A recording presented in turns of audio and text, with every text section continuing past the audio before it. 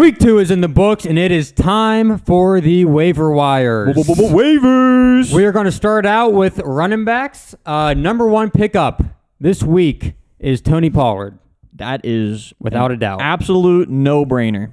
He has, let me see, he had 109 yards and a touchdown this past game. He's breaking off big runs. Yeah, him and Zeke seem to be kind of splitting carries a little bit, but he seems to be better than Zeke right now, in my opinion. Yeah, it's a timeshare, but like I said, Pollard is doing more with his opportunities than Zeke is. Not to say that Zeke had a bad game. Let me say this. If you are the Zeke owner, you got to go ahead and use your waiver to pick up Pollard. There's no question about that. Yeah, you should have him anyway in case Zeke got injured or something. Yeah, honestly, I would use my number 1 waiver on Pollard right now, especially if you're in some running back, like a bad running back situation. I agree. If you're like in a PPR league, Cordell Patterson, he had 6 targets against the Bucs. He did pretty well. Not bad, yeah. Run game wasn't great, but if it's a PPR league, he might be seeing some catches in the backfield. Yeah, that one's not a terrible pickup. He always seems to have good games here and there, though, so I wouldn't be surprised if he fell off a little bit.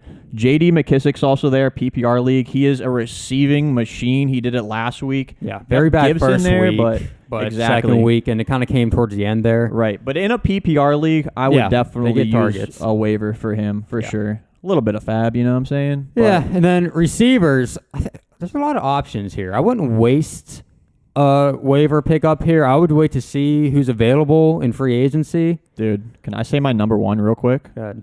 Oh, maybe not. Is he my number 1? Zach Pascal. Let me just say it now. I think a lot of people probably picked him up last week and after week number 1. Mm-hmm.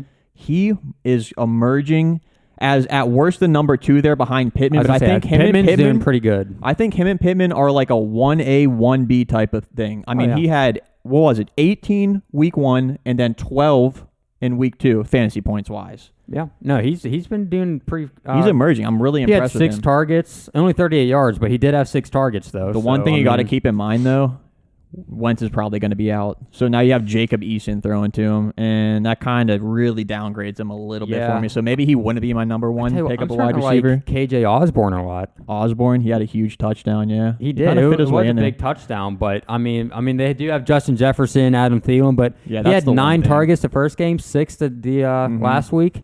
So I don't hate that pickup at all. Speaking of rookies, Rondell Moore.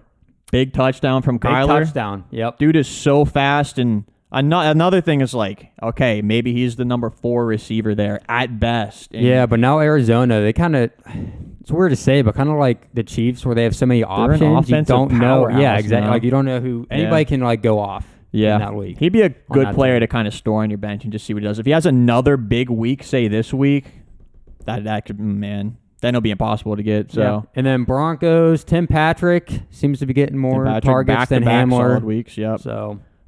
Sammy Watkins is still there. I like Sammy Watkins. Didn't have the biggest week versus the Chiefs, but he's kind of a safe play if you ever need to just sub in somebody to get you, 8-10 points.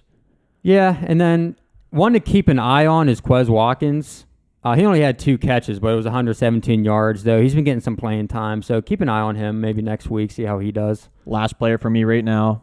I mentioned him last year, Hunter Renfro. It's not the sexiest pickup ever. You see him in the slot. He gets the short catches. He gets the ball often, screen passes. I think he's a guy that you should add. He's arguably up there as their top receiver. Yeah, I agree. I don't know. Keep an eye on Brian Edwards, too, with the Raiders. Yeah. He didn't do too much against Pittsburgh, but I don't know. I'm going to keep an eye on him. Let's move on to some quarterbacks, why don't we? Number 1, I'm saying Daniel Jones. Yeah. He is so fast. I seen him in week 2. I watched the full game. I'm like, this man can run. He's one of the fastest quarterbacks in the league. It's deceiving. He is. It's hard to believe that he is a running quarterback, actually. I know. You look at him, you're like, oh, that's a Tom Brady type quarterback. Yeah, he is fast. I mean, he'll fall on the 99-yard line. Like him and Jalen Hurts kind of remind me of each other. He had 95 yards and a touchdown rushing against Washington. Yeah. And, dude, he was throwing the ball, too, pretty well. I mean, he would have the deep touchdown to Slayton if he would have caught the pass. He would have had even more points than he did in week number 2. Plus, look, they're taking on Atlanta. They could score a lot of points. Another one, Derek Carr. He's had 2 insane games. Yeah. 400 yards. But one thing to keep an eye on, though, is he is injured on his ankle. It's uncertain if he's going to play this week.